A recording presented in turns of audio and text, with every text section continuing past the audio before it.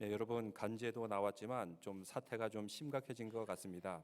이미 한국교회에서는 인터넷으로 예배를 드리기도 하고 또 대도시에 있는 교회들은 공예배 위에 모든 스케줄이 취소가 되었습니다. 지금 우리도 경계하고 주의하는 의미에서 이제 예배 위에 다른 모임들은 여러분 이제 캔슬된 걸 아시고 이거는 교회의 모델을 따라가는 겁니다. 또 이런 가운데 우리가 지켜야 될 예절들이 있습니다. 특히 이제 기침을 하실 때 옷소매에다가 기침을 하시고 그냥 막 공중에다 대고 사람에게다 대고 막 기침하시는 분 안 계시죠? 예, 그런 이렇게 교양 없는 일은 여러분 안 하셨으면 좋겠고요. 손수건이나 입으로 꼭 가리고 해주시면은 되겠습니다. 그리고 여러분 이제 그 코로나 바이러스가 특별히 침을 통해서 이렇게 전파가 된다 그럽니다. 이렇게 미세하게 침이 나왔을 때 이 침을 손이나 어디다 만지고 이게 다시 이제 눈으로 가거나 입으로 갔을 때 얼굴에 갔을 때 쉽게 전염된다고 합니다. 그래서 가급적이면 말을 할 때 서로 요즘은 사회적 거리두기 이런 말을 사용합니다. 30피트 이상 이렇게 떨어지라 그러고 좀 어느 정도 떨어지면서 얘기를 하시고 말할 때 너무 얼굴을 들이밀지 마세요. 이 들이밀면서 말하는 그런 사람들이 있는데 들이밀지 말고 거리를 두시고 이렇게 예절을 지키면서 이 위기를 모두가 다 슬기롭게 극복해 나가시기를 주님의 이름으로 축원합니다. 예. 나머지는 여러분들 사전 주의사항들 받은 간지들을 잘 참고해 주시기 바랍니다. 예. 우리는 참 오래 살고 싶어 합니다. 그리고 죽지 않았으면 좋겠죠. 여러분 사시면서 100세 이상 사신 분 보신 적 있으십니까? 그러시군요. 예, 100세 이상 사신 분. 예. 참 이렇게 보기가 쉽지 않은데 저는 이제 몇 년 전에 이제 아틀란타에 있을 때 방지일 목사님, 지금은 소천하셨죠. 방지일 목사님이 101세 때 만나 뵙게 되었습니다. 근데 그분을 마지막으로 뵈었을 때가 연세가 89세였어요. 제가 당시 영등포계 초등부 전도사였는데 그때 이렇게 배웠는데 어디 잘못 다니시다가 팔이 부러져가지고 기부스를 하고 이렇게 힘이 없이 걸으시면서 저분이 앞으로 얼마나 더 오래 사실까 했는데 100세가 넘었어요. 제가 만나 뵐 때는 미국에서 101세 때 만나 뵙게 되었는데 혼자 오시지 않고 원로 목사님, 그 후임인 원로 목사님과 같이 오셨더라고요. 요즘은 그래서 원로 목사가 원로 목사를 모시는 그런 시대가 된 것 같습니다. 원로 목사가 둘, 셋씩 나오는 이제 그런 시대가 되었던 것 같아요. 근데 아시는 분은 아시겠지만 그 방지일 목사님은 이제 교회사를 배울 때 1937년도 처음으로 중국으로 선교사 간 사람 하면은 선교사 간 선교사 하면은 방지일 목사 이렇게 쓰는 게 그 답이 나올 정도로 1937년도에 이미 중국에서 선교를 하셨습니다. 그때 해방을 맞이하게 되었습니다. 당시에 강제로 끌려와서 중국에서 노동을 하는 사람이 있었고 또 독립운동을 하는 그런 사람들도 있었습니다. 고국으로 돌아가지 못하는 거예요. 그래서 방지일 목사님이 교민들과 또 미국 선교사들과 미 해군의 도움을 받아서 이 교민들이 다시 고국으로 돌아가도록 많은 역할을 하게 되었습니다. 이것이 이제 1998년도에 이제 밝혀져 가지고 그때 뒤늦게서야 국민훈장 모란장을 받으신 그런 목사님입니다. 그리고 고국에 있는 동포들을 다시 보내고 본인은 계속 남아서 선교 사역을 하셨어요. 학교를 세우고 교회를 세우고 참 많은 일들을 하셨습니다. 그러다가 중국에서 문화혁명이 일어났을 때 강제 추방을 당하는 바람에 그때 이제 한국으로 오게 되어서 영등포교회 담임을 하시고 은퇴를 하시고 원로 목사님으로서 2014년도에 만으로 103세, 한국 나이로는 104세가 되는데 103세에 소천을 하신 그런 목사님이십니다. 참으로 오래 사셨고 제가 마지막으로 만나 뵀을 때도 매우 정신이 또렷하셨어요. 아주 건강하시고 또렷하시고 하늘나라 가실 때도 뭐 별로 아른 것도 없이 불과 뭐 하루 지나고 나서 어느 순간에 이렇게 하늘나라로 싹 아주 편안하게 가신 그런 목사님이십니다. 또 최근에 100살을 넘기신 분이 계십니다. 여러분 들어보셨는지 모르겠지만 100년을 살아보니라는 책을 쓰신 김형석 교수님, 연세대학교 철학과 교수님이신데요. 아주 독실한 크리스찬입니다. 그분은 윤동주 시인 아시죠? 일제시대 때 이렇게 죽임을 당하신 윤동주 시인과 동창이었고 김수환 추기경과 같이 공부를 했어요. 그분이 34살 때는 김일성도 만나 뵈었어요. 그 정도인데 만나봤는데 다 죽고 혼자만 아직까지 살아남은 겁니다. 근데 이분이 100년을 살아보니 자, 어떻게 100년까지 살 수 있었을까? 그분의 생활 철학이 있습니다. 나는 사랑하기 위해 살았습니다. 사랑이 많아요. 자비가 많은 이런 사람들이 장수할 줄로 믿습니다. 또 그러면 어떻게 사는 것이 잘 사는 것입니까? 라고 물어봤더니 이렇게 대답하십니다. 오래 사는 것, 잘 사는 거 아닙니다. 부유하게 사는 것 잘 사는 게 아니에요. 건강하게 사는 것 잘 사는 게 아니에요. 잘 사는 것은 하나님이 섭리 안에 사는 것입니다. 이분이 이렇게 대답했어요. 하나님이 섭리. 그러면 하나님이 섭리가 무엇입니까? 그것은 바로 하나님의 은혜를 경험하는 것입니다. 내가 지금 누리고 있는 것에 대한 하나님의 은혜, 은총, 감사, 그리고 그 은혜를 사람들에게 나눠주며 사는 것이 하나님의 섭리 안에 사는 것입니다. 이렇게 얘기하시더라고요. 자, 이렇게 하나님의 사랑 안에 사는 사람들은 영생하는 것과 마찬가지예요. 세상의 삶이 몇 세에 끝날지 그거는 아무도 알지 못하지만 하나님의 섭리 안에 사는 사람이 영생하는 삶일 줄 믿습니다. 오늘 말씀을 통해서 사실은 영생이 무엇인가 우리에게 교훈을 주고 있습니다. 우리는 선한 사마리아인의 이야기 너무나도 잘합니다. 그래서 우리도 선한 사마리아인처럼 살아야겠다. 또 강도 만난 자, 어려운 사람 도와줘야겠다. 이것만 생각해요. 근데 본문을 이렇게 부분적으로만 보는 것이 아니라 전체 맥락 가운데서 보게 되면 그냥 선한 사마리아인이 되어라 이 뜻이 아닌 것을 알 수가 있습니다. 한번 성경 처음부터 한번 볼까요? 25절 말씀 같이 읽어보겠습니다. 시작. 어떤 율법 교사가 일어나 예수를 시험하여 이르되 선생님 내가 무엇을 하여야 영생을 얻으리까? 처음 질문이 무엇이에요? 무엇을 하여야 내가 영생을 얻으리까? 영생에 대한 질문이에요. 근데 그 질문하는 내용이 순수하지가 못했어요. 왜 질문을 했습니까? 시험하여 이르되 예수님을 시험하고자 했던 것입니다. 결론은 뭐냐? 나는 영생을 얻었습니다. 나는 정말 말씀대로 잘 살았습니다. 나는 잘났습니다. 나는 똑똑합니다. 이거를 나타내기 위해서 예수님께 질문하는 것입니다. 질문을 한 의도 자체가 순수하지 않았다. 이렇게 말하고 있습니다. 예수님도 그의 속마음을 다 아셨어요. 그래서 다시 역으로 질문합니다. 26절에 보니까 율법에 무엇이라 기록되었으며 내가 어떻게 읽느냐? 그가 대답합니다. 27절에 내 마음을 다하며 목숨을 다하며 힘을 다하여 뜻을 다하여 주 너의 하나님을 사랑하고 또한 내 이웃을 내 자신같이 사랑하라 하였나이다. 두 마디로 요약이 됩니다. 하나님 사랑과 이웃 사랑, 율법에 이렇게 말씀하고 있다는 것입니다. 나는 율법을 너무나도 잘합니다. 율법의 근본 핵심을 잘합니다. 이 말씀대로 살았습니다. 혼자 자부하고 있던, 착각하고 있던 그런 율법사였던 것입니다. 또 여기에 대해서 예수님께서 말씀하십니다. 28절 말씀 보니까 내 대답이 옳도다. 이를 행하라. 그래야면 살리라. 대답은 맞고 지식은 있는데 이 말씀대로 살지 않은 율법사 예수님께서는 그의 속마음을 간파하신 겁니다. 이 말씀대로 행하라. 알고 있는 대로 행하지 왜 그러지 않고 사느냐? 그 속마음을 예수님께서는 다 아셨던 것입니다. 근데 그가 또 묻습니다. 29절에 보니까 그 사람이 자기를 옳게 보이려고 예수께 여짜오되 그러면 내 이웃이 누구이니까? 옳게 보이려고. 나는 이웃사랑을 다 했습니다. 이웃사랑 다 해보십시오. 가족이든 공동체든 내 이웃에 사는 사람이들은 자기를 옳게 보이려고 또 예수님께 질문합니다. 내 이웃이 누구입니까? 나는 이웃을 다 사랑했다. 자부하고 있습니다. 근데 과연 그가 정말로 이웃을 다 사랑했을까요? 그렇지 않았어요. 예수님은 그것을 다 아셨던 것입니다. 이런 맥락 가운데 예수님께서 사마리아인 이야기를 해주셨던 것입니다. 사마리아인 이야기 하나만 뚝 띄워놓고 보면은 그냥 사마리아인처럼 살아라 이렇게 나오지만 사실 전체 맥락을 보자면은 영생에 대한 질문에서 사마리아인 이야기가 나오게 되었습니다. 그러면 그 영생은 어떻게 누릴 수 있는가? 하나님 말씀을 지키는 건데 우리가 다 지킬 수 있습니까? 못 지켜요. 나는 지킨다 하고 자신한 분 있습니까? 손 들어보세요. 아마 한 분도 없을 겁니다. 손 들었다면은 아마 주님께서 책임져셔야 될 그런 인생인 것 같아요. 주님이 책임져야 할 그런 인생입니다. 근데 영생에 대해서 이것도 아주 긴, 아주 많은 그런 설명이 필요하지만 예수님께서 요한복음 17장 3절에 이렇게 말씀하십니다. 이번 주 생명의 삶 본문입니다. 요한복음 17장 3절. 저도 이거 보고 깜짝 놀랐어요. 영생이 무엇인가? 죽지 않는 것이다. 오래 사는 것이다. 그렇지 않습니다. 뭐라고 말씀하세요? 여러분 한번 직접 한번 찾아보겠습니다. PPT에 없는데 요한복음 17장 3절입니다.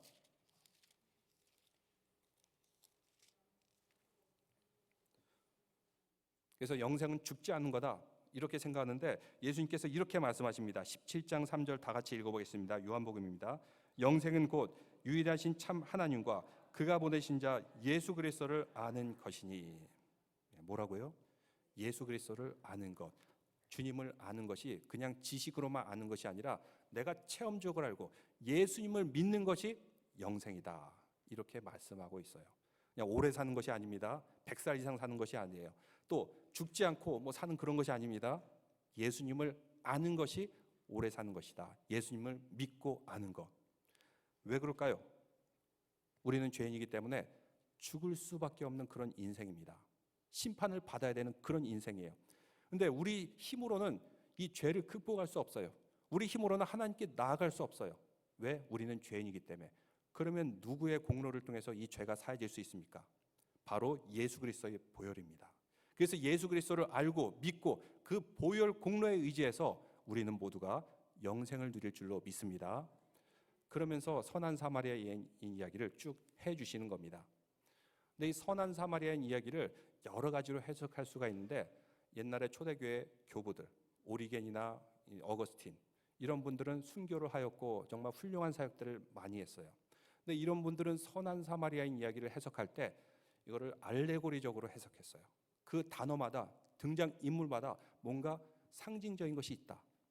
근데 이 알레고리적 해석은 오늘날의 이렇게 전체 맥락을 보면은 오류, 잘못된 해석이에요. 근데 쭉 이야기를 들으면은 그럴듯해요.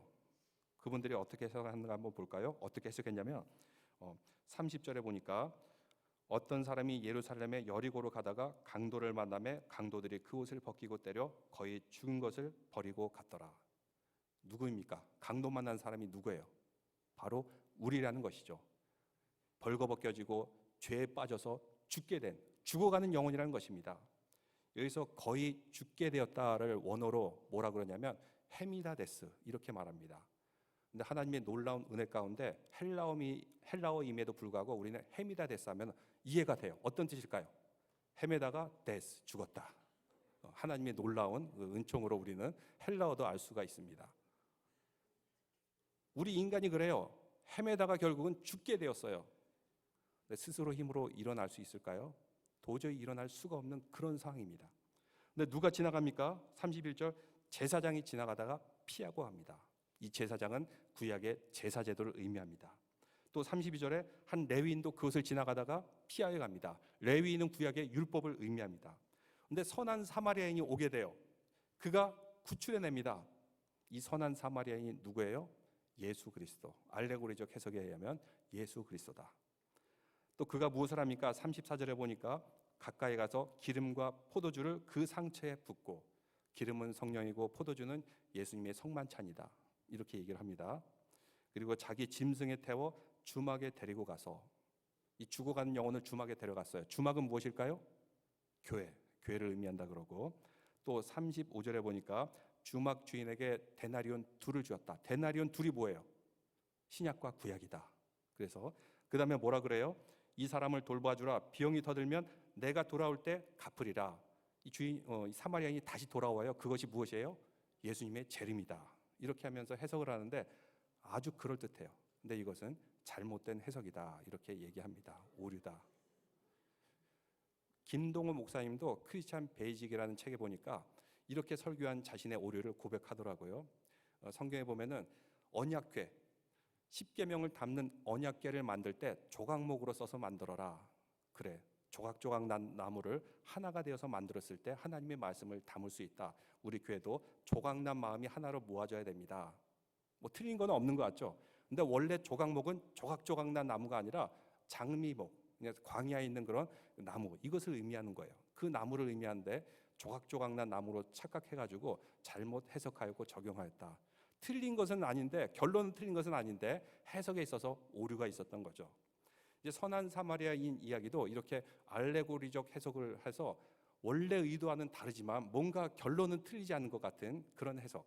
근데 이것은 오류라고 합니다. 근데 왜 예수님께서 선한 사마리아인 이야기를 해주셨을까요? 거기에는 분명한 영생과 관련된 의미가 있었던 것입니다. 다시 30절에 보니까 어떤 사람이 예루살렘에서 여리고로 내려가다가, 왜 내려가다라는 표현을 썼을까요? 예루살렘은 수도입니다. 거기는 성전이 있어요. 대개 수도이고 성전은 높은 곳에 지음을 통해서 적들로부터 침입하지 못하도록 그런 곳에 예루살렘, 수도성을 짓게 되었어요. 근데 여기서 여리고 쪽으로 쭉 내려가고 있습니다. 내리막길로 가고 있어요. 근데 그 내리막길 가운데 길이 험하고 산이 꾸불꾸불하기 때문에 강도들이 숨었다가 종종 나타난다고 합니다. 그래서 예루살렘에서 여리고로 갈 때는 여럿이 단체로 가거나 아니면 말을 타고 가는데 피치 못해서 혼자 말을 타고 갈 때는 절대로 내려서는 안 된다고 합니다. 도적이 나타났을 때 빨리 말 타고 도망가야 되기 때문에. 근데 왠지 이 사람은 혼자 가다가 강도를 당하게 되었습니다. 거의 죽게 되었어요. 모든 것을 빼앗겼어요. 이런 가운데 죽어가는 모습. 첫 번째로 누가 지나갑니까? 제사장이 지나가는데 그 길을 피해서 갑니다. 또 레위인이 지나가는데 또 피해서 갑니다. 이들이 무엇을 의미할까요? 제사제도와 구약의 율법을 의미하고 있습니다. 이들은 어떤 사람들입니까? 하나님을 사랑한 사람입니다. 하나님께 충성을 다한 사람이에요. 근데 레위기 21장에 보면은 이런 말씀이 있습니다. 시체를 만지지 말라. 부정한 것을 만지지 말라. 오늘날 이렇게 코로나 바이러스로 인해서 우리가 이렇게 아픈 사람 함부로 만졌다가는 병에 전염이 되듯이 당시에도 원래 의미는 그런 지침에 따라서 제사장, 레위인 이렇게 병균에 묻어가지고 제사 지내다 그러면 다른 사람 다 옮잖아요. 그런 의도이기 때문에 만지지 말라 이렇게 말씀하고 있습니다. 이 사람들은 하나님 말씀에 충실했어요. 하나님 말씀 어겼나요? 지켰어요. 그런 의미에서 그들은 죽어가는 사람, 이 사람이 죽었는지 살았는지 모르지만 이 사람을 피해서 갑니다. 하나님 말씀 지켰는데 죽어가는 사람 피한 게 잘한 것일까요? 뭔가 좀 이상하죠? 이 사람들이 피해가고 있는 가운데 또 하필이면 누가 옵니까? 사마리아 사람이 오게 됩니다. 그래서 성경의 맥락을 잘 보신 분들은 알겠지만 사마리아 사람들이 어디 사람이죠? 같은 동족이에요. 근데 이 사람들은 혼혈이 되었어요. 언제 혼혈이 되었어요? 이들이 북이스라엘 나라를 이루고 살 때 아시리아가 쳐들어오면서 이 아시리아 나라는 역사상 가장 잔인한 제국 중에 하나인데 사람들을 잔인하게 죽였고 아주 잔인한 짓을 했고 그러면서 그들이 점령한 나라에는 인종들을 다 섞어버립니다. 저쪽에 있는 사람 이쪽에 데려오고 또 이쪽에 있는 사람 저쪽으로 이주해버리고 그러면서 다 혼혈을 만들어버려요. 왜 그럴까요? 이렇게 혼혈이 되어나 보면은 정체성이 흩어집니다. 정체성이 사라지면 나중에 이 땅이 우리 땅이다 주장할 수가 없어요. 바로 이것을 노리고 적극적인 아주 잔인한 방법으로 혼혈 정책을 하게 되었어요. 근데 오늘날도 이렇게 해프 코리안, 해프 아메리칸 보면은 좀 이렇게 요즘은 많이 변했지만 불과 10년 전, 20년 전만 해도 이런 사람 보면은 좀 사람들이 대화하기도 좀 어렵고 좀 상대하기도 좀 어렵고 이런 마음이 들었을 겁니다. 지금 우리는 미국 이민자이기 때문에 여기에 대해서 자연스러웠지만 이 한국만 봐도 이제 순수 한국 혈통이라고 생각하기 때문에 외국인이 들어오거나 해프 아메리칸이든 해프 베트남이든 필리핀이든 이런 사람이 오면은 약간 좀 멀리하는 게 없지 않아요. 당신은 어땠을까요? 훨씬 더 보수적인 사람들입니다. 그렇기 때문에 저 사람들 사마리아 사람들 우리하고 다르게 생겼어. 비슷한데도 다르게 생겼어. 저들의 조상들을 보면 별로 이렇게 자랑할 것이 못돼. 그래서 유대 사람들은 우리는 순수한 혈통, 저들은 피가 섞인 혈통 하면서 무시했던 것을 알 수가 있습니다. 물론 유대인들도 나중에 피가 다 섞였죠. 지금 나는 주이시 유대인이다 한 사람 순수한 혈통 한 사람도 없습니다. 피가 다 섞여 있어요. 꺼려하던 사람이고 좀 이렇게 멀리하던 사람입니다. 어떻게 보면 그들이 좀 낮게 보던 그런 사람이에요. 근데 사마리아 사람이 지나가다가 그를 보고 어떻게 여깁니까? 33절 말씀 보니까 불쌍히 여겨. 영어로는 mercy라는 단어를 사용하고 있어요. 제가 어제 설교를 쭉 준비하고 있는데 카톡에 어떤 목사님이 저하고 똑같은 본문을 가지고 설교하더라고요. 내일 이 본문을 설교해야 되는데 원어가 어떻습니까? 무슨 뜻입니까? 자기가 직접 사전에 안 찾아보고 카톡에 딱 올리니까 또 오지랖 넓은 어떤 목사님이 또 금방 백과사전을 붙여가지고 딱 보여주고 저도 어제 설교 준비는 좀 편하게 했습니다. mercy. 이 mercy라는 단어가 영어로 이렇더라고요. loyal to God's covenant. 하나님의 언약에 충실한 자비. 그냥 자비가 아니라 하나님의 언약에 충실한 자비. 근데 제사장과 레위인은 하나님의 언약에 충실한다는 핑계로 사람 피합니다. 죽어간 사람을 피해요. 근데 이 사마리아 사람은 mercy. 근데 loyal to God's covenant. 하나님의 언약에 충실하기 위해서 그에게 자비를 베풀었다는 것입니다. 먼저 자비의 눈길로 보게 됩니다. 우리도 어려운 사람 보면은 불쌍한 마음이 들어요. 안 됐다는 마음이 들어요. 근데 그 안 됐다는 마음을 가지고 실천하면서 움직이기까지는 참으로 이거는 인간의 그 노력이 필요하고 의지가 필요한 그런 부분입니다. 하나님이 감동을 주셨는데 그대로 살지 않아요. 그런 모습들을 많이 보게 됩니다. 근데 사마리아 사람은 하나님이 언약에 충실하기 위해서 실제로 움직이게 됩니다. 그에게 다가가요. 가서 기름과 포도주를 그 상처에 막 붓습니다. 기름 비쌉니다. 포도주도 비싼 거예요. 포도주를 붓고 기름을 붓고 상처를 소독하고 상처가 아물 수 있도록 부드럽게 해주고, 이런 모든 것을 다 취해주고, 또 어떻게 합니까? 짐승에 태워요. 근데 강도가 언제 나타날지 모릅니다. 강도가 나타나면 빨리 말을 타고 나귀를 타고 도망쳐야 되는데, 이 사람은 이것도 내팽개치고 짐승에서 내려서 그 죽어가는 그 강도 많은 사람을 짐승에 태워주게 됩니다. 주막으로 데려갑니다. 그냥 여기까지 머무는 것이 아니에요. 그를 돌봐줍니다. 그리고 데나리온 한 2달 정도 먹고 살 수 있는 그런 금액까지 주게 됩니다. 그러면서 이 주막 주인이 그냥 내팽개치지 말고 내가 데나리온 2를 줄 테니까 정성껏 돌보라고, 다시 돌아서 돌보겠다, 이렇게 말합니다. 내가 다시 더 돈이 들어갔으면 갚아주겠다, 이렇게 말하는 것을 보게 됩니다. 오늘날 우리도 불쌍하다, 안 됐다, 그렇게 마음을 가져요. 그리고 동전 얼마, 금액 얼마 도와준 것으로 끝이 날 수가 있어요. 근데 선한 사마리아 사람은 여기서 끝나는 것이 아니라 토탈리 케어하고 그 후속 조치까지 다 케어하는 것을 다 생각하고 도와준 것을 보게 됩니다. 우리가 선을 베풀 때도 그렇습니다. 그냥 동정하는 마음, 불쌍하는 마음, 이걸로 그냥 툭 던져두듯이 그렇게 하는 것은 진정한 선이 아니라는 것입니다. 사마리아 사람은 그 사후, 그 이후까지도 다 생각하면서 그를 돌봐주고 그를 케어했던 모습을 볼 수가 있습니다.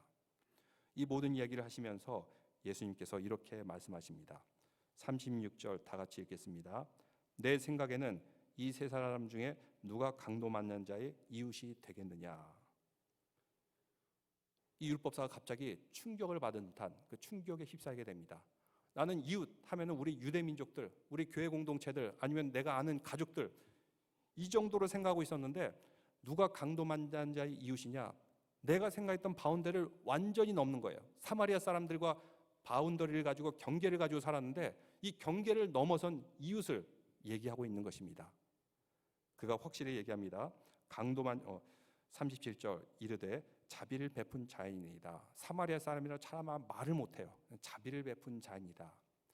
여기에 대한 자비는 이제 딥 필링, 딥 이모션을 가지고 필링을 한다. 어제 카톡에 또 그분이 그렇게 또 백과사전을 얘기해 주더라고요.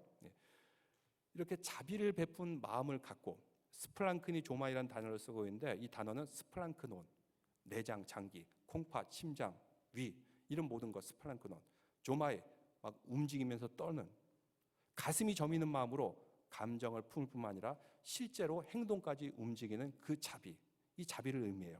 바로 이 사람이 강도 만난 자의 이웃입니다. 이렇게 말씀하고 있는 것을 보게 됩니다. 스스로도 인정했던 것이죠. 예수님께서 말씀하십니다. 가서 너도 이와 같이 하라. 너도 이와 같이 하라. 너 안다 그러면서 행하지는 않았지 않느냐? 너도 이와 같이 하라 하면서 선한 사마리아인을 롤 모델로 주십니다. 아마 이 일은 실제 있었던 그런 일일 겁니다. 예수님께서 하신 말씀, 비유적인 이야기가 전혀 있지도 않은 일을 얘기했다면은 이게 말이나 돼? 이게 무슨 얘기야? 하면서 사람들이 거부했을 텐데 율법사도 인정을 합니다. 그러면서 자비를 베푼 자니이다. 가서 너도 이와 같이 하라. 선한 사마리아인을 롤 모델로 정해주신 것을 보게 됩니다. 선한 사마리아인은 우리가 어떻게 살아야 되는지에 대한 롤 모델을 보여주고 있습니다. 그 롤 모델이 무엇이에요? 여러분, 모델 하면은 패션 모델 이런 사람들을 생각하고 있는데, 이런 사람들이 오늘날 보면은 너무 삐쩍 말랐어요. 키는 크고 몸무게는 너무 이렇게 안 나가고. 그러니까 젊은 우리 소녀들이 이런 패션 모델이 되기 위해서 살을 자꾸 빼다 보니까 거식증에 걸려요. 그러다 죽는 경우들이 종종 생기게 됩니다. 그래서 미국과 유럽에서 규정을 정했죠. 앞으로 55kg 이하인 사람은 모델을 할 수 없다. 왜? 이거 따라하다가 사람들이 다 이렇게 삐쩍 말라가지고 죽고 거식증에 걸리니까. 롤 모델을 무엇으로 삼냐에 따라서 그 사람이 죽을 수도 있고 살 수도 있는 것입니다. 예수님께서는 살 수 있는 모델을 주십니다. 죽는 모델이 아니에요. 율법사나 제사장이나 레위인이나 여기 나온 사람들은 다 죽음을 향해 가는 그런 모델이에요. 근데 선한 사마리아인은 영생을 가는 그런 모델이 되는 것입니다. 그래서 예수님께서는 선한 사마리아인의 비유를 주셨던 것입니다. 우리가 어떻게 해야 영생을 얻습니까? 요한복음 17장 3절에도 나왔듯이 예수 그리스도를 알고 믿는 것. 여기서 끝나서 안 됩니다. 너도 이와 같이 행하라. 이와 같이 실천하게 될 때 우리는 진정한 영생을 이 땅에서도 누리고 내세에서도 누릴 줄로 믿습니다. 바로 영생의 비밀을 오늘 말씀하고 있는 것입니다. 여러분 오늘날 어떻습니까? 사람들. 근데 제 주위에 있는 사람들 보면은 정말 선한 사마리아인 같은 분들이 너무나도 많이 계세요. 제가 지난 여름에 한국에 휴가를 잠깐 갔었을 때 교회에서 예배드리고 분당 어디에 걸어가고 있는데 어떤 소녀가 한여름인데 청 자켓과 청 바지를 입고 다니더라고요. 갑자기 푹 쓰러져요. 이 소녀가 쓰러지니까 주위에 있는 모든 사람들이 다 다가와가지고 어디 괜찮냐, 어디 이상 없냐 이렇게 물어봐요. 근데 그 소녀는 아주 목이 마른 목소리로 괜찮아요 라고 하는데 전혀 괜찮아 보지 않고 얼굴은 새파랗게 질려 있고 근데 약간 멘탈에 프로블렘이 있는 것 같아요. 지금 죽어가고 있는데도 쓰러져 기력을 잃고 있는데도 스스로 일어날 힘도 없고 또 주머니에 셀폰이 있어서 엄마 아빠한테 도움을 청해야 되는데 도움도 청하지 않아요. 옆에 있던 그 모녀가 엄마하고 딸이 아마 교회 집사님, 권사님 같은 그런 느낌이 드는 분이에요. 적극적으로 그 셀폰을 찾아가지고 부모에게 전화를 해주고 부모 얘기해주고 또 딸은 가서 옆에서 스타벅스에서 시원한 물을 가지고 이 아이를 먹여주고 하면서 이렇게 참 돌보는 모습들. 오늘날의 삶은 참 여러 가지로 서로 돌봐주고 관심을 갖고 돌보는 그런 사회구나. 미국도 종종 그런 일이 있지 않습니까? 가다가다 이제 사고가 났는데 차에 불이 났어요. 저 잘못하다간 저 차가 완전히 폭발할 수도 있어요. 근데 그 위험을 무릅쓰고 달려가서 기절해 있는 사람을 구해주는 남성도 있었고 여성도 있었고 오늘날의 사람들은 그래도 기독교적인 정신 그런 바탕이 돼서 그런지 어려운 사람들을 잘 도와주는 모습을 보게 됩니다. 또 특별히 이 사우스 지역은 Southern Hospitality 이런 정서가 있어요. 여러분 들어봤죠? Southern Hospitality. 예. 이 시골 사람 정서라 그러죠. 그래서 바운더리가 없어요. 물론 옛날에 여기가 이제 남부라서 좀 보수적이고 또 인종차별도 좀 있고 그랬는데 그런 사람도 간혹 있지만 일반적으로는 Southern Hospitality. 이거 뭐냐면 삶의 바운더리가 없어요. 만나는 누구라도 다 나의 이웃으로 생각해요. 심지어는 아시안이든 처음 보는 사람도 인사를 하고 그냥 평상시 친구처럼 말을 대하고 하는 그런 Southern Hospitality. 이것이 바로 바운더리를 넘어서는 것입니다. 선한 사마리아인을 통해서 우리에게 주는 교훈이 있습니다. 우리도 또한 하나님 사랑과 이웃 사랑을 위해서 계속해서 바운더리를 넘어서라는 것입니다. 바운더리를 넘어서라. 이 말은 우리가 너무나도 잘 아는 말이지만 예수님의 제자들에게 매우 큰 충격을 주었을 것입니다. 사마리아 사람들 우리가 경계를 가지고 상종을 안 하는 사람들인데 이 사마리아의 경계를 넘어서 사마리아와 온 유대와 땅끝까지 이르러 내 증인이 되리라. 이 말씀을 듣고 베드로는 갈릴리 어부의 어촌의 촌사람입니다. 이 말씀을 듣고 바운더리를 넘어섰어요. 그 촌놈이 생전 갈 수도 없던 로마까지 가서 순교를 하지 않았습니까? 예수님이 제정 도마는 어디까지 갔어요? 인도까지 갔어요. 제가 어떤 경우는 인도 사람도 크리스찬인 경우를 볼 수가 있어요. 매우 소수지만 크리스찬이 있어요. 이렇게 바운더리를 넘어서 어디까지 왔어요? 조선까지 왔고 한반도까지 왔고 그래서 우리가 믿음의 뿌리를 갖게 된 그런 우리 모태신앙인들도 많지 않습니까? 예수님께서는 사마리아인을 통해서 또한 우리가 가지고 있는 바운더리를 넘어서라 이렇게 말씀하여 주고 계십니다. 지난 주간에 그 토네이도로 인해서 이 지역에 많은 피해를 당했습니다. 근데 제가 아침부터 굉장히 많은 전화를 받았습니다. 저도 이제 그날 밤에는 이제 좀 바람이 불고 비가 많이 왔구나 생각했는데 아침 뉴스를 못 보고 있었는데 어떤 목사님이 전화 오더니 큰일 나지 않았냐? 필라델피아 사는 목사님이 큰일 나지 않았냐? 지금 거기 토네이도가 불었는데 뉴스를 들어보니까 정말 큰 피해를 입었더라고요. 많은 목사님들이 저에게 전화 왔어요. 그 내슈빌 지역 괜찮냐? 피해를 입었는데 어제까지 뭐 전화 오고 텍스트로 보내주고 이런 목사님들이 계셨는데 참 그래도 저 멀리 살고 있지만 서로 관심을 갖고 서로 돌봐주고 위에 기도해주고 있구나 하는 것을 알게 되었습니다. 먼 지역도 아닙니다. 바로 이 지역. 근데 우리 교회 교인들은 그렇게 큰 피해를 안 보신 것 같아요. 이제 정전 나셨다 그런 건 들었는데 집이 무너지거나 하신 분들은 안 계시죠? 예, 제가 아직까지 그런 얘기를 못 들었어요. 한인 사회도 이제 집이 파손되거나 그런 경우는 없는 것 같습니다. 그럼 우리가 무엇을 해야 됩니까? 저 먼 바운더리는 아니지만 바로 이 지역에 있는 우리 내슈빌에 있는 피해를 입은 사람들 또 우리 성도들 위하여 기도해주고 또 이들에게 주님의 사랑과 은혜를 베품을 통해서 주님께서 교훈하신 사마리아인을 롤 모델 삼아서 주님의 은혜와 축복을 나눠주는 영생을 누리는 천국을 누리는 주님의 백성들 되시기를 주님의 이름으로 축원합니다. 기도드리겠습니다.